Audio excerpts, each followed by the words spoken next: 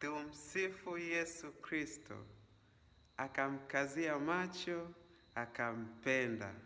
Ndugu yangu, leo utakaposhiriki ibada ya misa takatifu, kumbuka kuwa kuna ndugu wengi, kina baba, kina mama, watoto wengi, wazee wengi huwa watakiane amani wakiwa wametabasamu, hawatazamani machoni.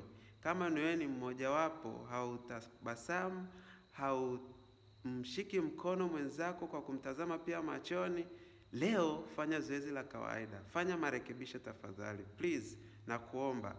Mtazame mwenzako machoni, tabasamu, ndio umtakie amani. Huko unamshika mkono. Usikimbie kimbie. Sasa unamnunia mwenzako kwa nini? Mpe zawadi ya tabasamu.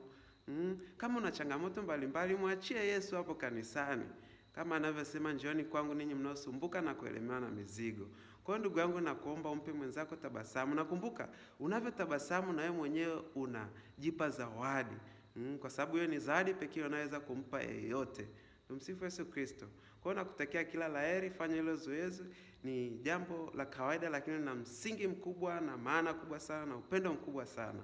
Asante kwa kusubscribe channel ya Hazina Kanisa Katoliki. Naomba usubscribe ambao hujasubscribe, share na wengine, tuendelee kushirikishana habari ya maisha ya watakatifu, katekisimu ya Kanisa Katoliki na mambo mengine mengi. Nakutakia kila laheri ndugu yangu, Mungu aendelee kukubariki sana. Nice to meet you.